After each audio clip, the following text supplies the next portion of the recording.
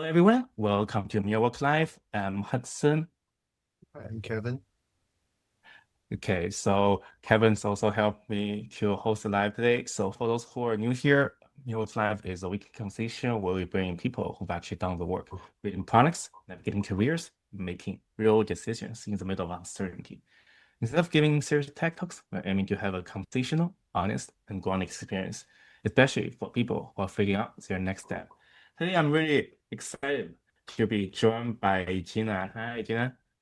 Hi, Hudson. Hi, everybody. So Gina is a customer support and operation leader with 9 years of experience at high growth startup. She has built and scaled teams, introduced AI and automation, and helped turn customer support into a strategic source of product insight and business impact. So today we'll be discuss how companies can use AI in support without losing the human side of the customer experience. You want to add anything to that? Maybe I can tell a quick story of how we met. Yeah. I actually, so maybe Gina, tell me the other side of the story. If I'm discuss through the truth. So we actually met at a courtroom.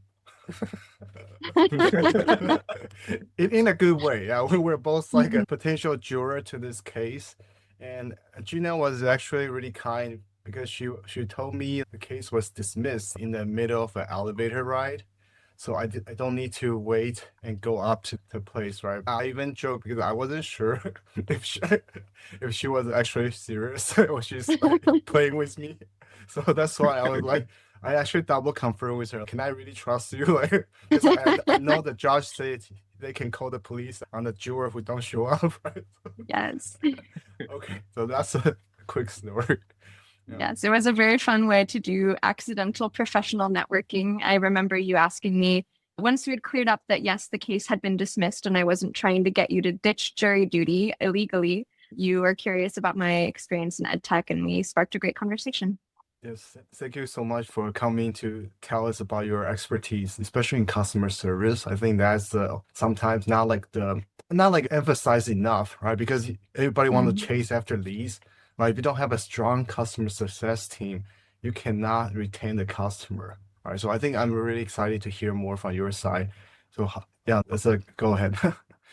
Yeah, sure. Like we just said, you had 9 years of experience in customer support, and you started in frontline student support, and eventually become a senior leader. So, what actually caught your interest to start this journey? Yeah, I know a lot of people get into customer support or success or other user-facing roles because they enjoy helping people. And often they feel passionate about the company's product and want to connect people with the product to use it most effectively. For me, I really did connect to the mission of the ed tech companies that I was working at, of giving people an easier and less expensive path to really change their career or improve their lives. I also began mentoring other individuals on my team and really developed a passion for people development. And so I think that combination where I began connecting people on my teams with the customer journey and really supporting them in developing themselves and developing empathy for the customer so that they could provide the best experience. That's what sparked my interest initially. And from then, I got really interested in just expanding the utility of customer support teams and leveraging them strategically at companies to provide the best outcomes. Sounds amazing. I feel like there's this passion of making the customer feel happy, right? To make them Exactly. satisfied. Yeah. So like, like which major you had in college? Yeah, my major is pretty disconnected from what I do at work now, but I studied winemaking at Cal Poly San Luis Why Obispo. making? Oh, Yeah. It was a really interesting major to study, connecting my interest at the time in chemistry and food science and the food and beverage and hospitality industry. But yeah, I feel like there are aspects of that I actually utilize as far as the hospitality aspect and the connection to customers in my day-to-day life now. I think that's great. Since you actually found something that you enjoy, and it sounds like there's also come transitional skills between the two, right? So what skills actually help you move from solving individual customers' problem to building system and leading teams? Yeah, I feel that that user empathy combined with the analytical skills and the ability to be objectively data-driven are a big part of what I leverage. Those user empathy skills, I think also I translate into both like cross-team collaboration and again, development of my own team members. And some of my favorite projects in my professional life recently have been instances where my customer support collaborates with so many teams, sales, product, engineering, business development, etc. And often when you have close collaboration between teams, there can be small conflicts or different teams have different pressures and challenges. And when one team doesn't know about the other team's challenges, I think that then you just have this opening, this opportunity for those team members to get to know each other better, get to know their day-to-day challenges better, and then they can collaborate more effectively because they generate empathy between each other. So those are the kinds of skills that I'm continuing to leverage in my career at this point. Yeah, it seems a lot of cross-team collaboration, right? So it's definitely sounds like you're an expert in it. So what does your day-to-day look as this team lead? Yeah, in my most recent role as senior manager of customer support at Springboard, my day-to-day could look very different depending on the week or the business objective that I am driving toward. I did a lot of project management, so leading strategic initiatives on my team, the day-to-day work like capacity planning, escalation management, team member management and development, and then also, again, managing cross-team collaboration. So meeting with other leaders at the company, understanding how our initiatives were needing to coordinate together and how we were working together toward common business goals as well. Sounds like a lot of things to do, and you definitely were busy. But yeah. I said, like you said, you work with the product leader on a lot of teams, engineering, execution. So what info does the support team see that maybe other teams may miss? Yeah, customer support as the frontline connection with users who are actually in their user journey. I think that customer support ends up getting all of the nitty-gritty information. We get those bug reports, and not just bug reports, but product feedback that even with really thorough QA testing done by product and engineering, you're not going to catch all of that. And working in EdTech in particular, we got a lot of very nuanced curriculum feedback, sometimes just very small broken links, things that affected the user journey in the way of building up of a lot of paper cuts that could really impact how the customer actually felt as far as their engagement with the product and their trust in the company. And on my team, I did spend a lot of effort making sure that we had the types of systems that we needed to understand the number of users impacted, the severity of those issues, able to quantify them into a level of urgency that the product and engineering teams could use to understand how to prioritize tackling those issues. Yeah, I think a lot of very important product feedback comes from customer support directly.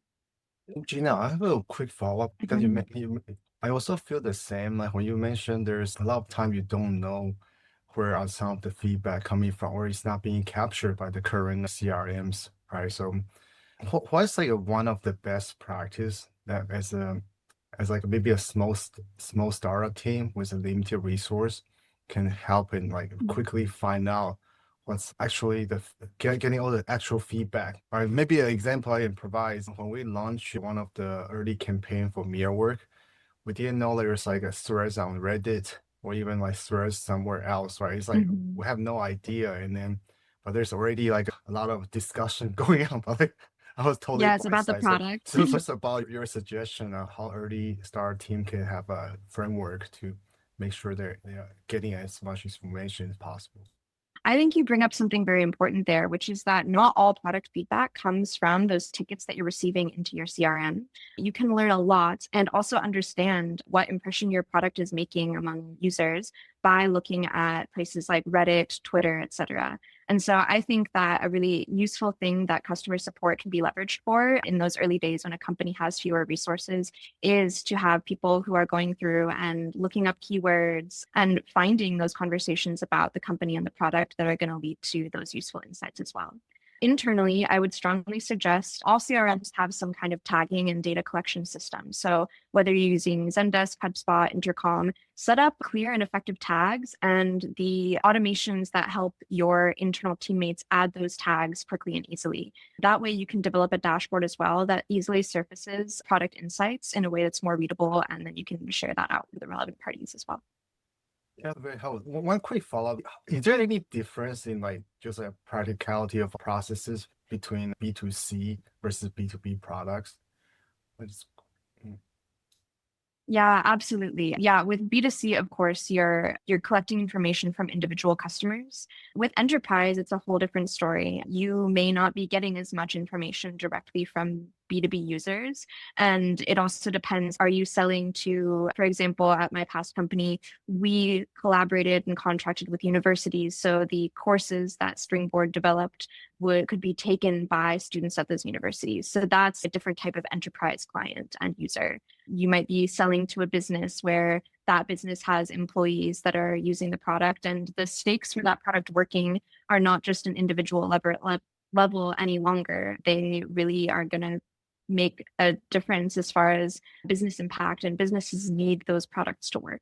So often with businesses, you're in a tighter feedback loop and you have more urgency in issue resolution. And you may have more of 1 or 2 points of contact that are conveying to you those issues that arise. Yeah, in some ways it can be simpler because you might have fewer points of contact. In some ways, it's more complex and challenging because the urgency with which you need to resolve those issues is very high, and there's a dollar impact, there's a financial impact on both sides as well. Yeah, I can see how there's so much so many things you need to orchestrate for depending on the situation. Okay, thanks so much. And so very often we see the company doesn't really emphasize customer support enough. So they not often treat it as a last resort. So what does it look like for a company to treat support as a strategic partner? Yeah, yeah. Support can be so much more than just making sure that tickets get answered. Of course, that's critical, but support can really be like support ultimately is actually a lot of people's first contact with your brand, especially if you don't have a sales funnel like a lot of companies have. I think that having a brand voice and tone is really important because you want to give customers that sense of working with your brand and product, delighting them with the ease with which they can have their issues resolved and the speed as well with which they can have their issues resolved, I think can make your product stand out. I know everybody who's listening to this probably has had a miserable customer support experience where you're just so frustrated. And so if you can put yourself in the shoes of your users, and especially if you can find a customer support leader that is very capable at doing that, I think you can design a flow and design an experience where your product stands out because of how easily people get to have their issues resolved. Internally as well, we've already talked about product insights, but a strategic leader on support who can understand business needs very clearly and independently come up with initiatives or ways to support those business needs is going to be really golden for companies. An example could be like if you are trying to win an enterprise contract, you're in a trial, having a support leader that can understand, okay, what kind of experiment or initiative can I run where perhaps we're prioritizing giving an incredibly fast turnaround to these enterprise users, and understanding how support can be a standout aspect of the product to earn a contract win, for example, I think is a really excellent way to leverage support as a strategic resource as well. Oh wow, I think some of cause concept you just said, I really sounds very similar for me as the marketing and PR because it's just some overlapping, but I definitely think as a customer support that definitely dives deeper into some of the concept. Maybe we need to have a customer support at our company. Yeah. Yeah. And as you said, I think that partnership between marketing leadership and support leadership can take you very far as well. Just having that cohesive vision of how the brand is portrayed is going to give those users a very cohesive experience.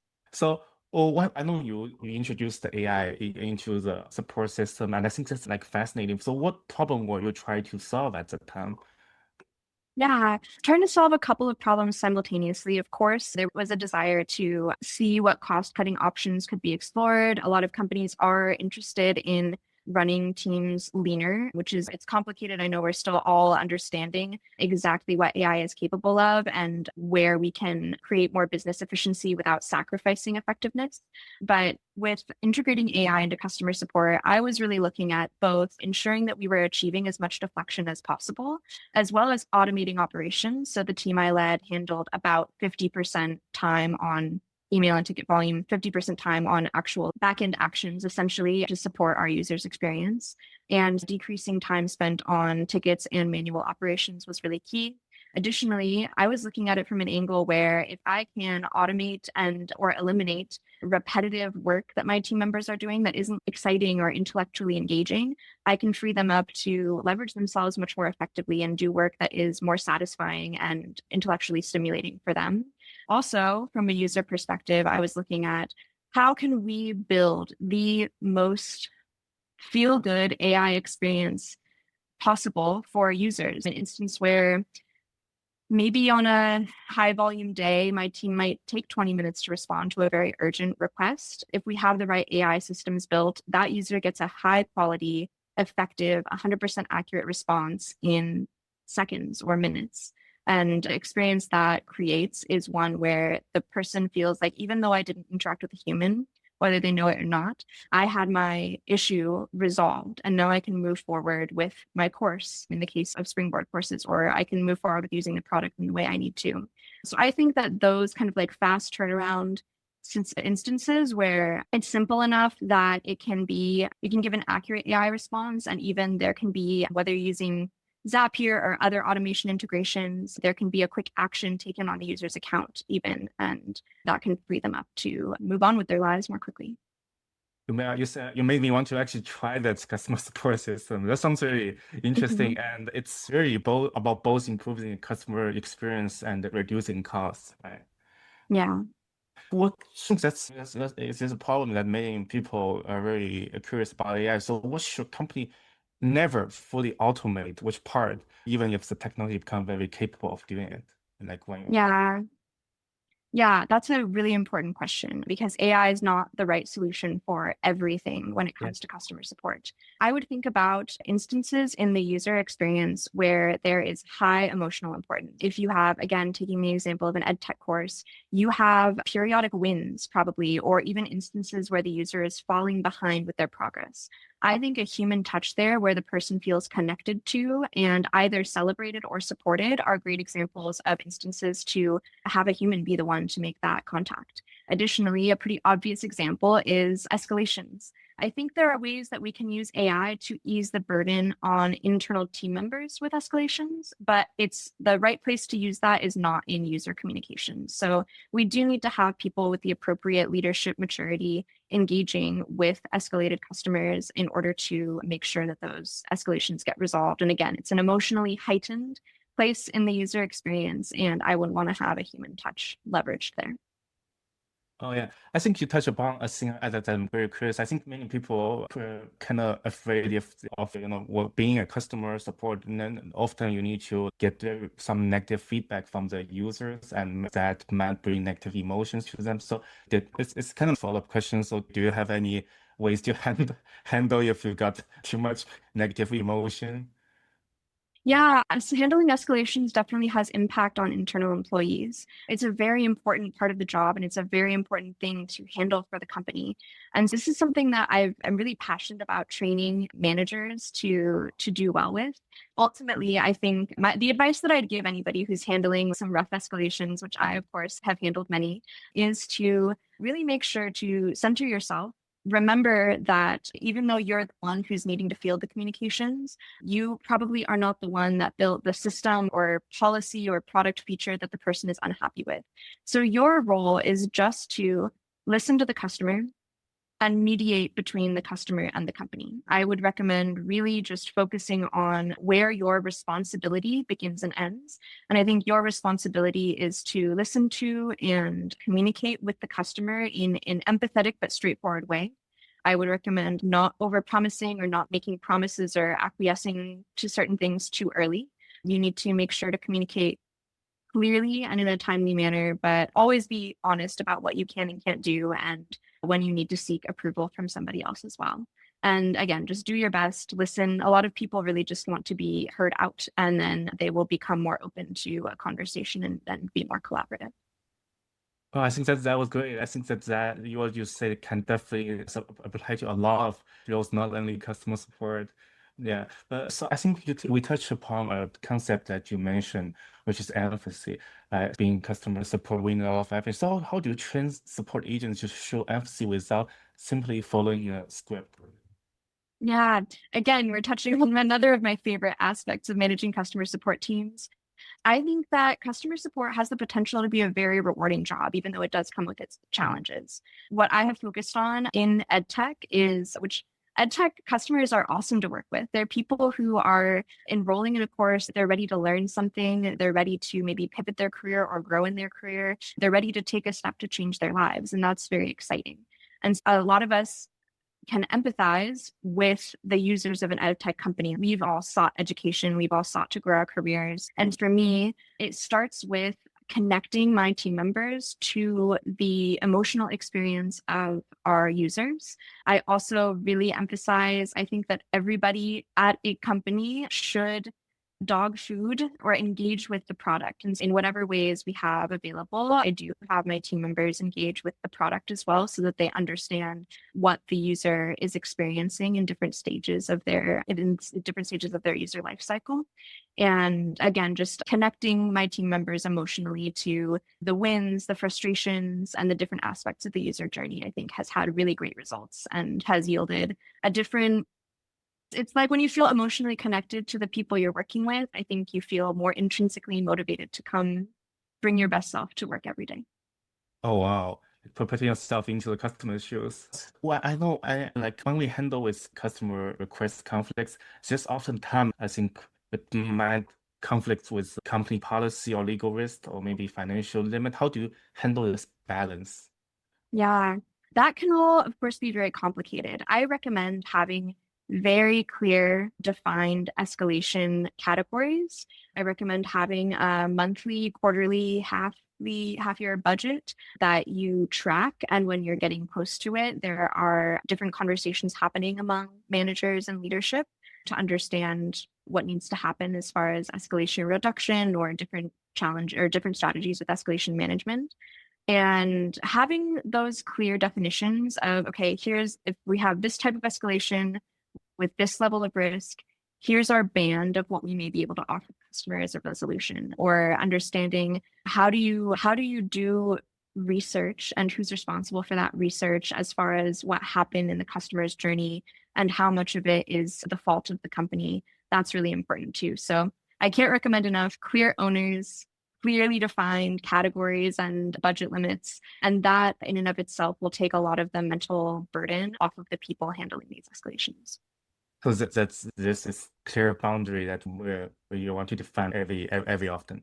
Yes. Do not get stuck in the loop where you're in a conversation with your manager every time there's a legal threat. That's exhausting for everybody, and it takes too much of time from leadership as well.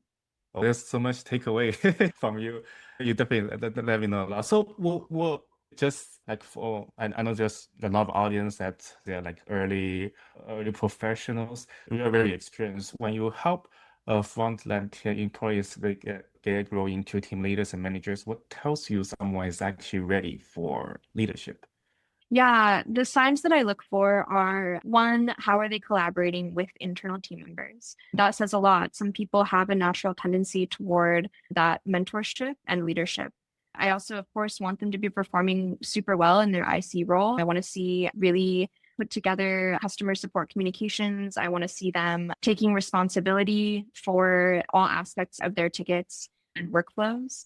And I want to see them also being proactive. If they notice certain problems, either they're solving them or they're raising them to me so that I can figure out how to address them. Those are all great signs that somebody is ready to be trained into leadership. Wow, sounds amazing. So we are facing a lot of AI evolution. We are getting more and more of those things in our daily life. So as it handles more routine works, what skills become more important for support professionals? Yeah. Yeah, I would say there are a lot of places that AI just does not have the capability. When it comes to emotional understanding, AI can be in a meeting and take notes, make a meeting transcript, but AI can't know what tone of voice somebody said something with. It can't sense, oh, okay, like maybe somebody said, I'll own this, but in some ways, there's some kind of lack of clarity left. AI certainly cannot get on an escalated customer call and have the moment to moment acumen to understand how to de escalate or exactly how the person's feeling while they're on the call.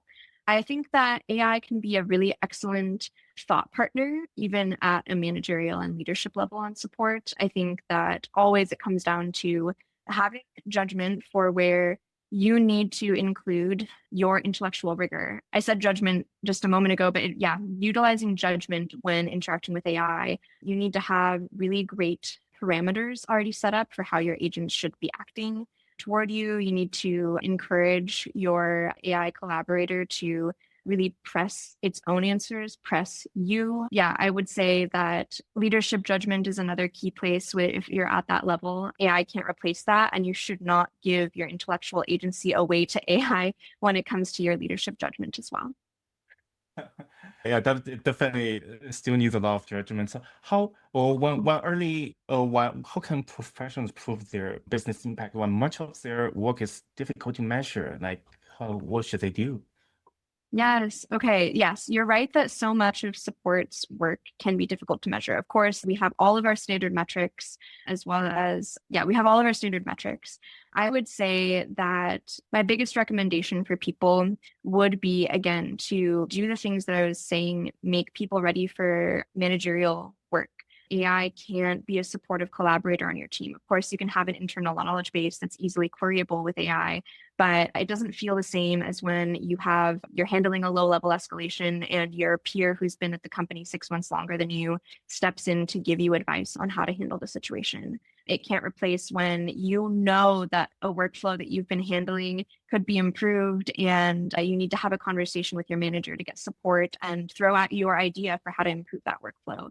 A manager who's already very good at AI can't use it everywhere. It's too time consuming, I think, to plug in information about every single aspect of how a support team works. And I think there's still a lot of possibility for team members to kind of show that initiative by raising things that need to be improved. Okay. I'm quite curious, what AI tools do you guys use, or maybe you personally use? Yeah. Right now, I use Claude the most personally. Oh, That's how I have all of my job search stuff set up. I'm using it. I'm using Claude Cowork pretty heavily. And I'm able right now to choose the AI agent that I work with heavily in my personal life because it's not according to a company's requirements.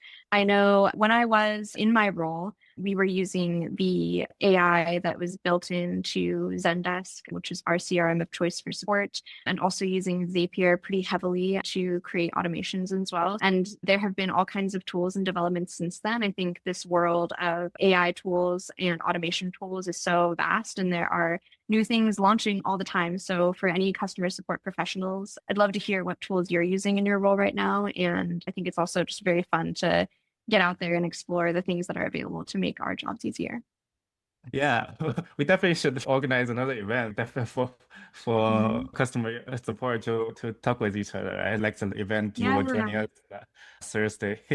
Yeah, that would be great.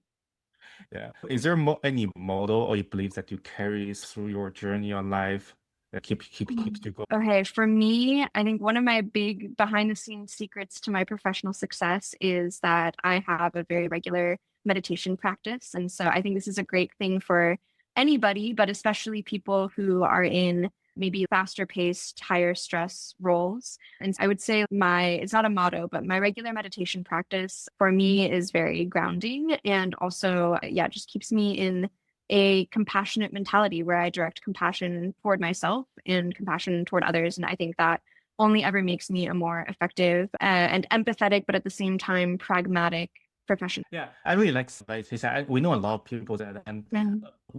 like how just a thing that came up in my. So how what were you in the Bay Area at that start or you moved here later?